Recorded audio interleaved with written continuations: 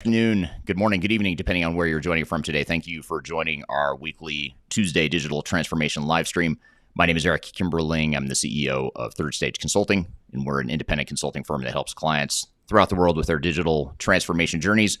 We're streaming live here to LinkedIn, YouTube, Facebook, and Twitter, as well as Twitch. We're actually streaming to Twitch as well. So thank you for joining here today. Today's topic is going to be software implementation lessons in 2022 and look ahead to 2023. So we're going to discuss what have we learned about digital transformations and software implementations in 2022. What does it mean for our transformations in 2023? What are the trends and lessons that we can take with us as we plan our digital strategies for the coming year? I'll introduce our guests in just a moment, but before I do, just a couple logistical things. One is this is a weekly live stream that we do same time, same place every Tuesday. We stream these live with the intent that this recording or the recording of this conversation will become part of our weekly Transformation Ground Control podcast, which gets released every Wednesday on audio podcast platforms throughout the world, as well as YouTube, LinkedIn, Facebook, and Twitter. Those episodes get released every Wednesday. So a week from tomorrow is when the episode featuring this interview will be released. So thank you for being part of the live production of the podcast, because you are, whether you know it or not, you are part of the live production of the podcast. So thank you for being here. And then also we are encouraging questions. Any questions you have, the whole reason we do this live is so we can take audience questions and really get your involvement and engagement in the discussion. So please chime in with any questions or comments you have along the way related to the topic. And then last but not least, if you could just drop in the chat right now, wherever you're watching right now, if you could drop in the chat where you're joining from today, what city and country are you in? That helps us understand the global audience a bit better. And it's always interesting to see how widespread this digital transformation community is that we're building here. So thank you for being part of that. And thank you in advance for dropping in the chat where you're joining from today. So again, today's topic, software implementation lessons in 2022 and a look ahead to 2023. Joining me for the discussion is Bonnie Tinder, who's the founder of Raven Intel. Bonnie, thank you for being here today. Thanks so much for having me. Looking forward to the conversation. Absolutely. You've been on my podcast before. It's been a while, so it'll be good to catch up. And this is a great time of year to have you on the show because we can sort of look back at 2022 and look at what some of the lessons and trends are, and also look ahead to what is the digital transformation space hold for us and what's in store for 2023 as we look ahead to the new year. So I guess just to start, maybe just tell us a little bit about you personally. Tell us about your background and how you kind of grew up in this crazy digital transformation space that we're in. Yeah, well, I'm located here in Chicago. Eric, I can see your snowy background here. Luckily, we don't have that just yet in Chicago. I have I spent 25 years in the HR technology space, working for both large SaaS vendors as well as consulting firms. I actually started my career in implementation many moons ago before moving into marketing and analyst relations. And about 4 years ago, I started my company, Raven Intelligence, and have been in that world ever since. Great. So you've seen a lot in your career, and I know we're going to hone in here on Raven Intel and talk about some of your findings from data that you've captured and analyzed from Raven Intel. But maybe tell us a little bit more about Raven Intel. What is it? What's the website? What's the purpose of it? All that good stuff. Yeah. So ravenintel.com is our exact address. And we are a peer review site that helps software customers to make a great decision in a consulting partner, or the SIs, as we call them in the business. They're the partner that helps to implement a piece of enterprise software. And I started the company because nothing existed. There was zero transparency in this world of software consulting. And I wanted customers to know what they didn't know before they started an implementation. And so out on ravenintel.com, we have over 2,000 reviews written by customers about these enterprise software projects. And when you think about the word Raven, why did I name the company Raven? It really helps to provide this bird's eye view of implementation and partners. And we provide that data to the marketplace and look at trends overall in terms of the data, and can make sort of some correlations about what's happening in the world of software implementation, based upon what customers are telling us about their projects. So that's what we do at ravenintel.com. Check us out. You can go out there and read all of the reviews that we have available for free. That's great. And it's such a great resource for just objective views and objective experiences that organizations have had with different implementers and system integrators. Just out of curiosity, I'm already going off script. We had a list of questions that we agreed to ahead of time, and I'm already throwing in a curveball here. But I'm curious, when you started the company, were system integrators and software vendors open to the idea? Did they push back on it? Were they sort of skeptical of the whole idea? Because you're sort of exposing the good, the bad, the ugly of what people's real experiences were versus the marketing and sales messaging that most vendors and system integrators would prefer the customers or potential customers to hear. So how did they respond to you when you created the platform? It was mixed, honestly. At first, I think there was a lot of hesitation because, this idea of transparency and allowing customers to have a public voice was new in the industry. I would say the best consulting firms ran toward it. They embraced the concept. They wanted to go and get all of their customers to write reviews because they knew that it would illustrate very clearly the positive customer success that they had. The ones who really shied away from it, and it was both a few software vendors as well as, quite honestly, the big consulting firms, the ones that have the money to advertise at the airport, they were the ones that, even to this day, there's hesitation because there's a lot of risk if they have bad implementations. And we know everybody has a bad, one or two bad implementations or more than that, in their portfolio. And so as much as possible, we want to have this platform available to everyone. But I would say, the best firms are the ones who are getting reviewed. And then there's firms that, are not participating, potentially because, there's a mixed amount of sentiment about their projects. Right. They don't necessarily want that truth to come out. But if you're a potential buyer, of course, you want to see the good and the bad. I mean, I guess if you think about, I've heard you describe Raven Intel as sort of like the Yelp for system integrators. And if you think about just choosing a restaurant or a plumber or a home repair person, you do all this research. We have apps to look at reviews and ratings and all that stuff, but we don't, up until you started Raven, we didn't really have that for our industry. So it's interesting that there'd be any sort of pushback on it because it's such a normal part of, the way we do research as humans now in the internet age. Yeah. I mean, you buy a $3 product from Amazon and you can read 2,000 reviews about it. And yet customers are spending millions of dollars on these projects and didn't have, really any objective way to see, what was the other customer's experience beyond, what that particular SI was giving them for a reference. There wasn't any way to really look across and see, what was the candid voice of customer. And that's really why I felt like our industry needed it. And I started Raven. Right. That's great. Well, good. Another, you're a fellow disruptor in the space, which I always enjoy chatting with people like you because you're not afraid to sort of bring that stuff to light. So that's great. Our industry needs some mixing up. So yes, they do. Absolutely. Yes, it's we've sort of been stuck in the same routines for 20 or 30 years, and not a whole lot's changed, unfortunately, since I started in the industry. But it really needs to if we're going to be more successful in this space. I guess just to start then, speaking of, shining a light on the industry and just looking into the good, the bad, the ugly of the industry, what are some of the high level findings and implementation results when you look at data that you've captured on the platform here in 2022? What are the general lessons, takeaways, trends, findings, all that stuff for the year so far? Well, I'll start first with sort of what customer focus has been. So, in general, 2022, we're coming off of pandemic and, getting back to work, a lot of companies back to office.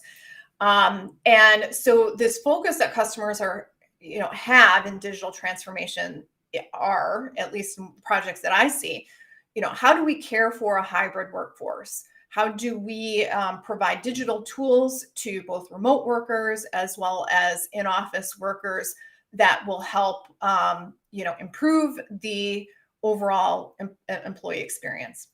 I think the second thing, and that's sort of related to it, is the idea that skills and skills management is a top priority.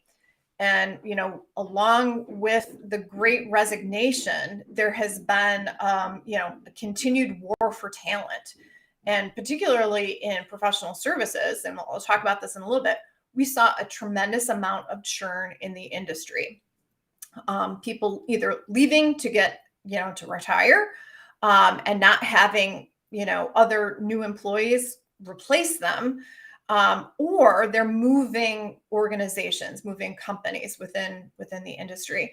And so there's this focus on how do we retain our top talent? How do we identify the skills that we have throughout the organization so that we can be strategic internally before having to look externally for candidates?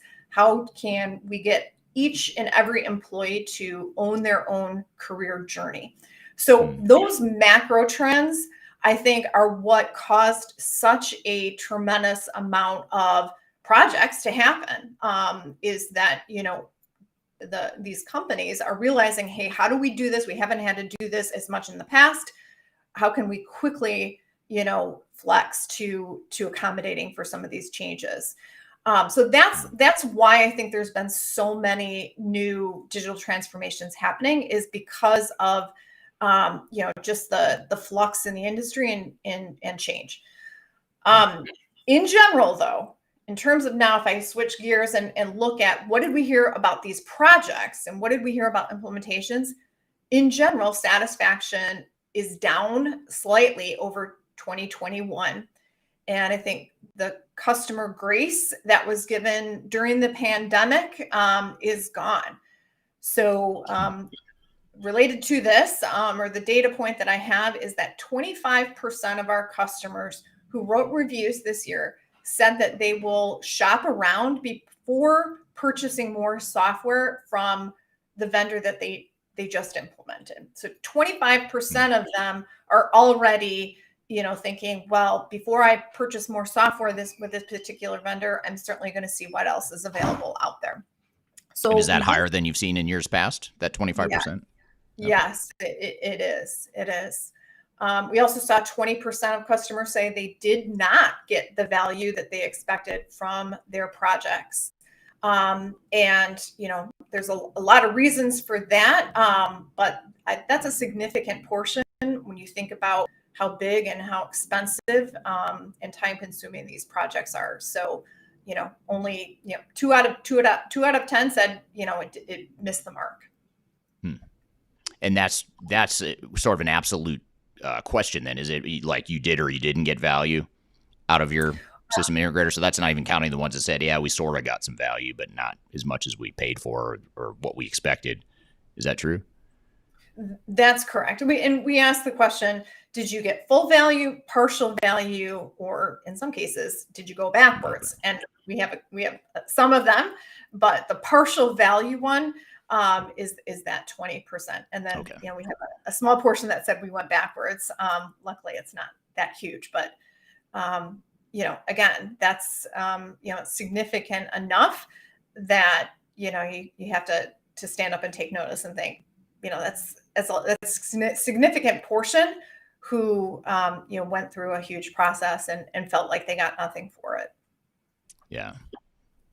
Yeah. And what's interesting about the 25% that said that they would shop around for other options or other additions potentially to their existing software vendor. To me, that doesn't sound like a bad thing. It sounds like that might be a healthy outcome from 2022. Is that you're keeping your eyes open, keeping your options open, and not necessarily going all in and putting all your eggs in one basket of one software vendor. So Mhm. some of these trends might be a good thing. Others might be more concerning, of course. For sure. I think, best of breed has, you know, is definitely becoming more in vogue. And, one of the, I think, things that we're seeing now in the quarter 4 of this year is that there's a growing share of renewals that are being delayed beyond their scheduled renew date. So Hmm. 10 to 20% higher than last year.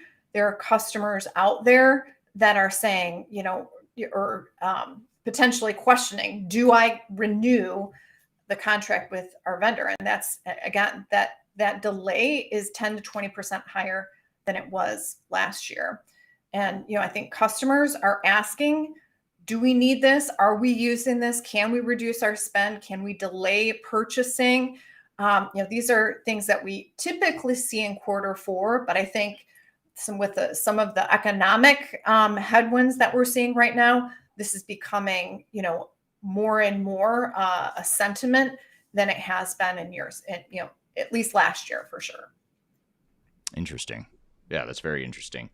And so, I guess another way maybe to rephrase this or just make sure I'm tracking with you here.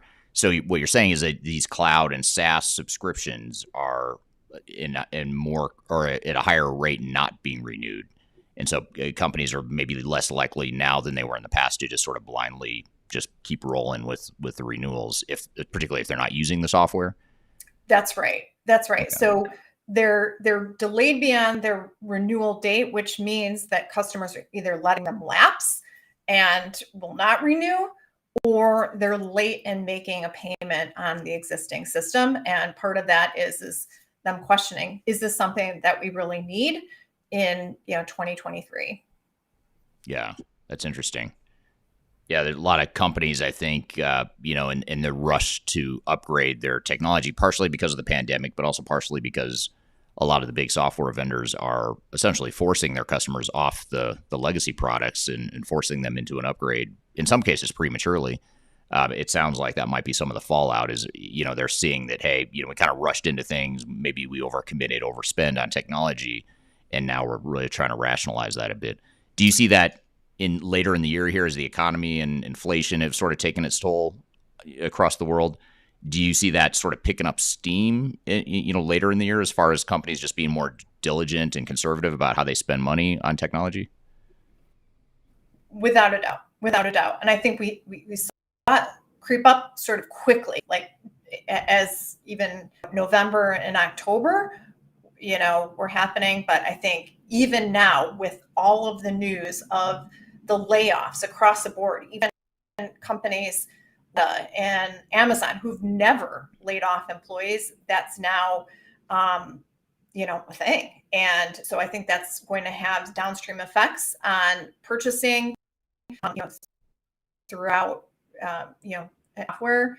And, Eric, to your point earlier, a lot of people got overzealous with their purchases of cloud software, which led to a lot of shelfware. And I think where people's mind is at right now is, how much of this product are we actually using? And I heard somebody refer to it as like there's going to be a SaaS red wedding out there for those applications that nobody's logged into for the last 45 days. So if it's not being used, it's going to get probably canceled in Right. 2023. Okay. Now I want to come back to. I know you've got more findings for us, and so I don't want to cut you off, but I do want to go to the audience here real quickly, just to sort of recognize some of the feedback we've gotten so far. Thank you for those of you that dropped in the chat where you're joining from today. We have people from all over the world, as I mentioned before. Mohammed from New Jersey, Ryan from Denver, someone on LinkedIn, I can't see the name, but someone's from Atlanta, Grand Forks, North Dakota, Minnesota, Malaysia, North Carolina, India, Germany, Brazil, UK, another London, UK. So thank you everyone for joining, and in some cases joining at strange hours of the day. One thing I want to come back to that you mentioned, Bonnie, and actually this is a question from Diana on LinkedIn. She asked the question of, can you speak to project success and or satisfaction with 100% virtual implementations versus partial on-site project teams, and will we see a different trend in 2023? I know that was one of the first things you mentioned, was that the hybrid delivery teams has sort of changed the way people perceive and engage with their system integrators and their implementers. How does that? Do you see a difference in project satisfaction of among the teams that are maybe have more of a hybrid on-site role versus ones that are 100% remote? Is there any correlation there? So I don't think there's a correlation necessarily with a delivery of implementation versus on-site teams. And I think a big difference that we have in the last 2 years in terms of virtual delivery is video, and how much more customers are familiar with, comfortable with a video based interaction. So I don't think that there's been a significant change, positive or negative, relative to virtual delivery. What we have seen, though, is the project churn. The team churn is at an all-time high. So in 40% of the projects that we've saw reviewed in 2022, 40% of them said that their team changed somewhat or to a significant degree during the course of a project. So I think that has more to do with the negative satisfaction trend than does the delivery. Are you on site or are you remote? I think in 2023, we'll see more companies wanting to do remote delivery just because of the reduced expense with that. And but the idea that there's been a lot of churn and in professional services where people are moving organization to organization, and also even assignments internally are changing. So particularly with the software vendors that have had an influx of projects, they may have taken project managers off one to go and start another. So that idea of churn is not a good thing for these type of projects, because it leads to a lot of other things like projects being late, knowledge transfer not being there, just team dynamics not being as solid as when the team and you've worked with them throughout the course of a project. So that churn, I think, is a bigger issue than the delivery on site versus remote. Yeah, and that's always been a sore spot for implementations and system integrators, especially when you have a large team supporting you and you have some turnover on a project. That's always been a challenge, a problem, in a hiccup or a speed bump during a transformation. But what you're saying is that dynamic has become even more prevalent and more common, unfortunately, here in 2022. Correct.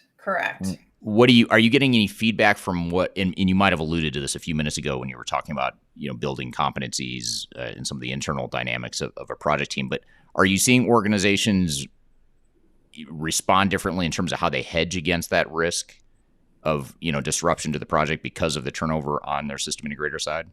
Yeah. So I think, the companies who are, how should I say, well experienced with this type of contract negotiation, write into their contract the specific team and put a penalty for that a flux in team. So that's one way we've seen that happen. I've also heard of clients who offer bonuses to their own internal team as well as to the external consulting team, a bonus at the end of the project for having stayed through the duration of a project as well.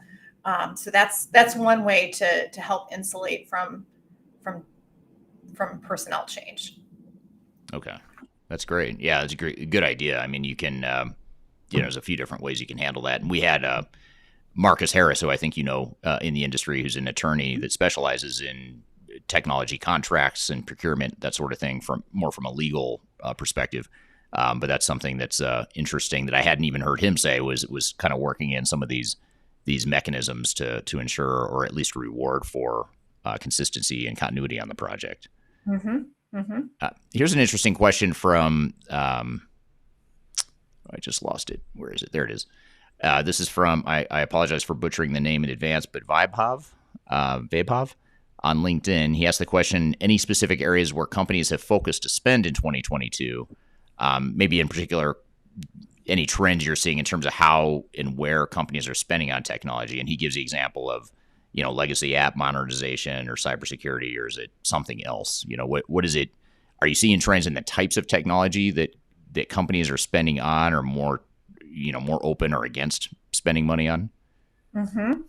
So I would say definitely in the HCM space, it has been a lot around employee engagement, skills development, and the ability to manage work teams as opposed to, like the infrastructure of HR.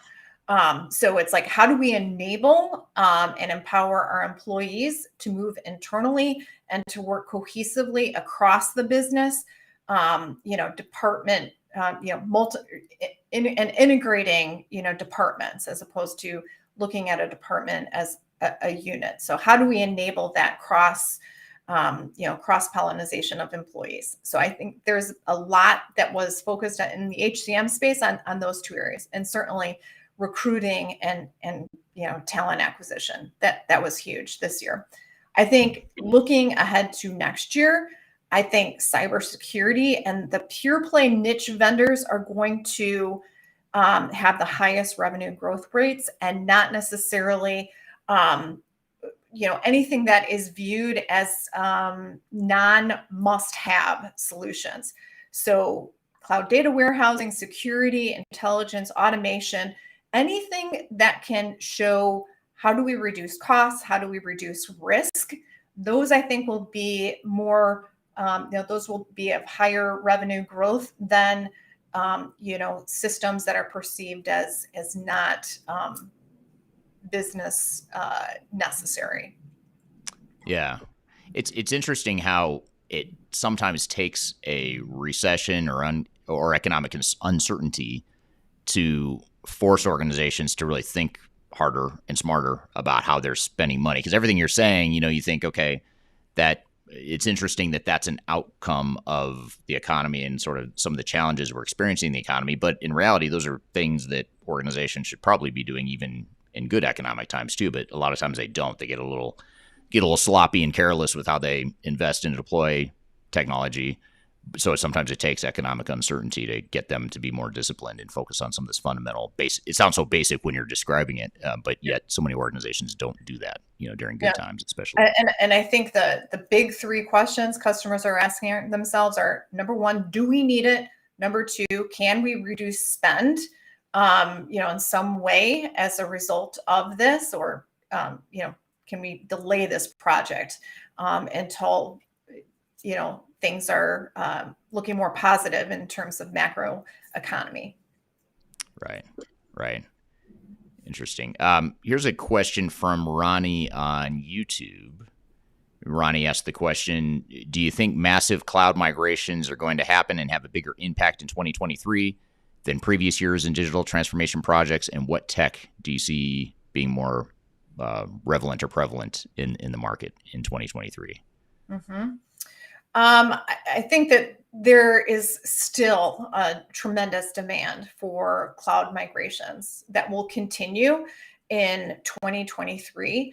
And, I think the vendors that have a solution around, AI, customer and employee experience, and are enablers of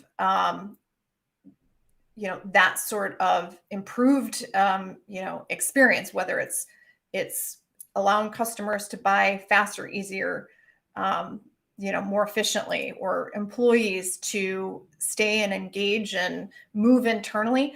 I think those are the software that we saw to have a tremendous amount of growth this past year and last year as well. because there was so much demand to ensure that people have that full digital experience, as opposed to the legacy type of interactions that were had in the past. Right. Now, you talked a little bit about best of breed and how the ones that specialize in certain functions or high value areas are likely to be more successful in 2023 and beyond. But here's a question from Vabhav again. And again, I apologize for butchering the name. But is there any trend on vendor consolidation across the globe or in the US? So as you look to these smaller niche providers, are you starting to see consolidation? Do you think, if not, do you think there will be consolidation of that space? Will Oracle and SAP and Microsoft and those guys just go out and buy these smaller niche best of breed providers, or what do you think will happen there? I think so. And, I think one of the reasons that it wasn't more prevalent in this past year, although there was a lot of vendor consolidation that did happen. But, I think that there was some thought that, the price was inflated.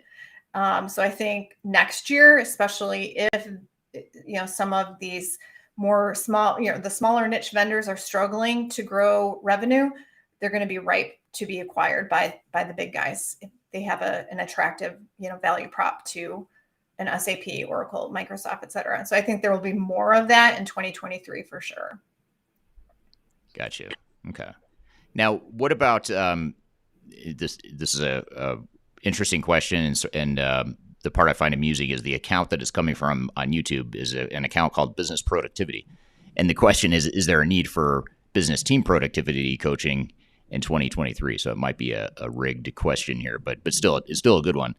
Do you see business team productivity? And you talked a little bit about employee engagement and training and upskilling and things like that are becoming more prevalent, more common, more important to organizations, especially on the human capital management and HR tech side of things.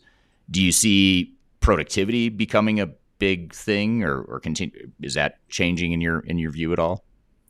Absolutely. So the idea of business team productivity, I think there's always been a need for it, but what has changed in the last couple of years is this idea of productivity across the business. How do we, take our marketing department and have them easily be able to, be on the same sort of platform, same sort of productivity measurements as sales or accounting. So how do we get all of the different business functions to work effectively and efficiently together? I think that has been where some of the more modern technology has offered some real improvements than what has been had in the past. So it's the cross-functional efficiencies that I think are really hot right now. Interesting. Very interesting. So we sort of went on a detour. I took us on a detour as you were talking through some of the general trends. And I know we talked about general satisfaction and the hybrid work situation, turnover and churn and attrition on projects. What other trends are you seeing in the market here in 2022 that we should be aware of as we go into the new year? So overall, just to give you a couple of hard metrics that we have, on-time delivery for projects was 58%. So in 42% of cases, projects were late. On budget average was 61%. So 39% of projects went over budget to some degree, some way over budget. So that's what we heard in 2022. I wouldn't say there was a significant amount of change there to what we've seen in years past.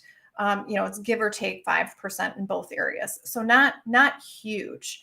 However, what has changed is the cost for professional services. And, like everything else, inflation has hit professional services as well. It's more expensive for these consulting firms to maintain and grow their teams with all of the competitive pressures and the war for talent. So it's more expensive to pay these consultants, which means that is, those costs are going to be passed along to clients. So there's inflation. I think just in general, the cost for professional services is more expensive than it has been in the past. Another thing that we're seeing are the bigger players moving downstream. So vendors who have been focused on the enterprise sized and jumbo deals are now lasering in on the mid-market. And by mid-market, that's, let's say, 5,000 employees and below.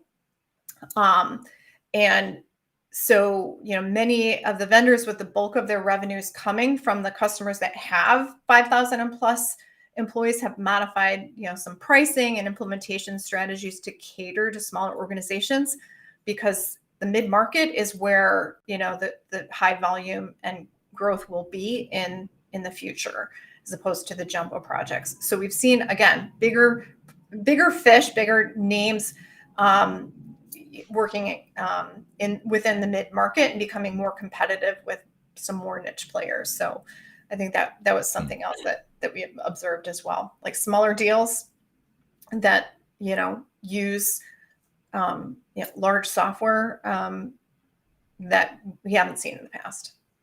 Interesting. Now, what about I'm gonna take a question and sort of spin it into my own question here, but this is from Rushi on YouTube. Asked the question: how is demand of Oracle Fusion functional consultants? And I guess just more broadly speaking, especially for those that are listening in that are maybe looking for career guidance on what technology is going to provide the most opportunity or upside in 2023 and going forward.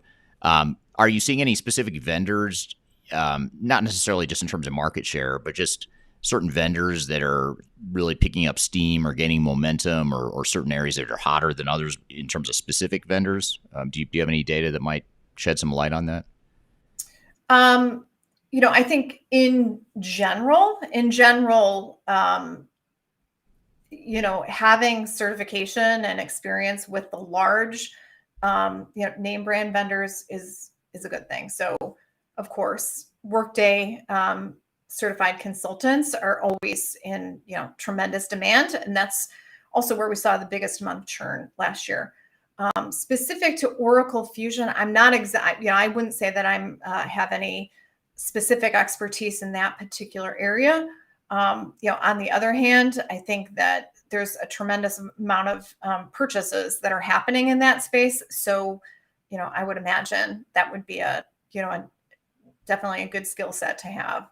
SAP SuccessFactors, also the S4HANA deals, there's a tremendous amount of growth there. So that sort of functional expertise, I think, would serve you well as well. Yeah. It's interesting that you mentioned that, there hasn't been a material change to the on time and on budget metrics. You said it was sort of plus minus 5%, nothing, not a huge change. Whether or not those numbers are acceptable is a whole another story. But what you're saying is the trend's not really moving one way or the other. What if we look a little bit more broadly, not just at 2022, but sort of post-pandemic? Have those numbers changed in general since before the pandemic, especially with the remote, consulting support and the hybrid consulting support? Yeah, I mean, quite honestly, they've gotten better since the pandemic, which is like the good news. When you look at our projects, though, that are reviewed, many of them are smaller in nature. And so the smaller projects are a little bit easier to keep on time and on budget when it's, 90 or 120 days versus the 18 months, which was typical pre-pandemic, more average sized projects. So on time, on budget has actually improved. Interesting. Yeah, so maybe that's an upside or a silver lining to the pandemic, and that's super interesting. I wouldn't have guessed that. I would have thought maybe it might have slowed things down across the board.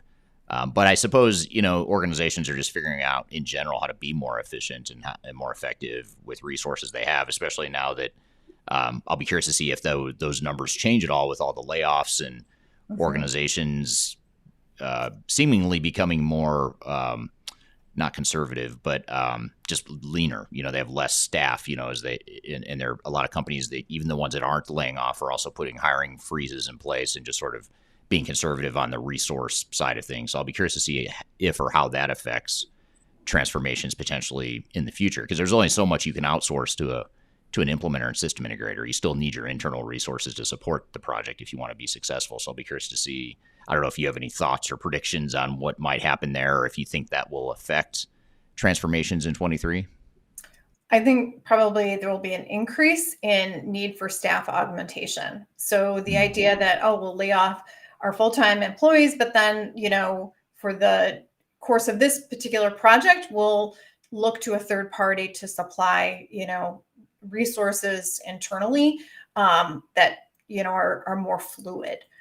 So I think there's the potential for staff augmentation to be more in demand in this next year with some of those layoffs for sure.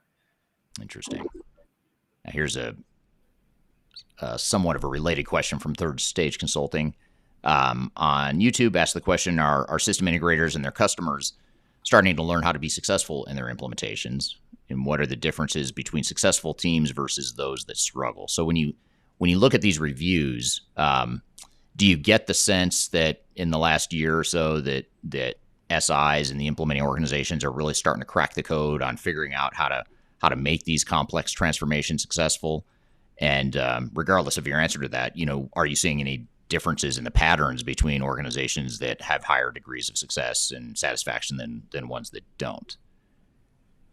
Well, I would say history repeats itself. So to some degree, I think the customers who have been through it before have learned from their previous mistakes. I would say the customers who struggled with projects are the ones who put the cart before the horse and led with technology and worked backwards instead of leading with, a clear picture of what the outcome needs to be internally. What are the business drivers? What are the impacts that we want to have? And then working backwards from there. Transformations should be tech enabled and not tech led. And where we've seen issues happening is where customers get excited about a new piece of software and the bells and whistles of the software and, just do a lift and shift of their existing process and data into this new software. And lo and behold, all of those great features and functions don't solve the issue that they set out to in the first place. So the ones who struggle are the ones who get too wrapped up in software. I would say the second issue, and this is the age-old problem. So back 4 years ago when I started this company, and even before that, the projects that fail are the ones who rush the implementation without proper preparation and, a clear picture of what the outcomes need to be, and the ones that don't put the best people and best team on the project, both from an internal perspective and external. They're the ones that have a date in mind that, we need to get to a go live by X date. And, we'll put anybody on the project who can work on it, as opposed to being very thoughtful about who is the team that is going to get us to the most impactful results here. And, how can we make sure that by the date that we have in mind, we revisit our process, we revisit internal things that we need to do prior to, getting the software live. Yeah, that's super interesting and really important. Two really important points you bring up, because if I could for a moment, I'll role play for a moment here and sort of I'll counter that, not with something I believe. This is something I strongly disagree with, but I'm going to role play with what typically happens in the sales cycle to counter those two things you just mentioned. Those two things I absolutely agree are critical, super critical to the success of a project. You don't want to lead with technology. You want to lead with your business goals and objectives. And then the second one you mentioned, which, gosh, I just lost it. It was the Oh, not the being people. ready. The people in the readiness and making sure you're ready for the implementation. So if I'm a Yeah. software sales rep or system integrator, I don't want to hear that, because that's a problem for me, because I need you to go all in on my technology because I'm going to make more money, and I need you to start the project now. I've got 20 or 30 people I need to get staffed on this project next week, and I'm going to do whatever I can to make you not do those two things that you just said. So I'm going to say things like, hey, don't worry about, you do want to lead with technology because I've got best practices. I've got pre-configured solutions, and you just use our software. That's going to define for you how your processes should look. So you should lead with the technology would be my counter to that if I were a sales rep, which I'm not. But that's what I'd be saying if I were a software vendor or sales rep. I'd also be saying, hey, I've got 20 people that I'm ready to staff next week, but we're going to lose them. If you don't start this project next week, these 20 people, it's the A team, these are the best I've got, they're going to be gone. And so you better start the project next week, whether you're ready or not.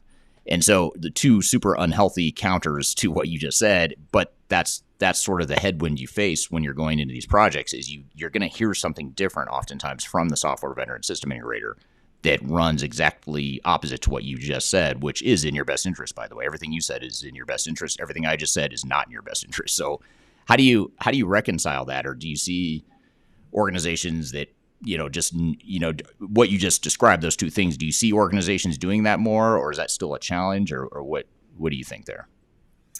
Well, it's a reality to say, if a customer delays making a decision on a contract, SIs are not for profit, so they need to put their best resources where they're actually making money. So they're not going to just let them sit waiting for the customer, the software customer, to make a decision. On the other hand, there's a balance there. By the time that you are starting to work with a consulting firm, they can actually be instrumental in that preparation process. So you don't just like call them in the minute that you're ready. I mean, they're the ones who are helping you think through, how do I need to change my processes before getting the piece of software in place. And when you can work with a good consulting firm early, they can help you plan that, put that blueprint together before you start, throwing a bunch of technology at your problem. And so I think the earlier you can, contract with a consulting firm, even, through the decision of what software is the right one for you, that's going to serve you well. In Yeah. terms of, software salespeople, they have quarterly numbers to hit, annual numbers to hit. And, of course they want you billing as soon as possible. Right. Yeah. Yeah. And I think that, it's okay to challenge what you're being told, or what's being recommended to you. I think what you said is accurate. You do need, on one hand, you need help. You want to make sure you're ready before you start deploying technology. On the other hand, you might need that outside help, and you probably do need that outside to help you through that process. But I think it's okay to challenge. Do we need the entire army to show up now? Are we ready for that entire army to show up now? Because that's in the software vendor and system integrator's best interest.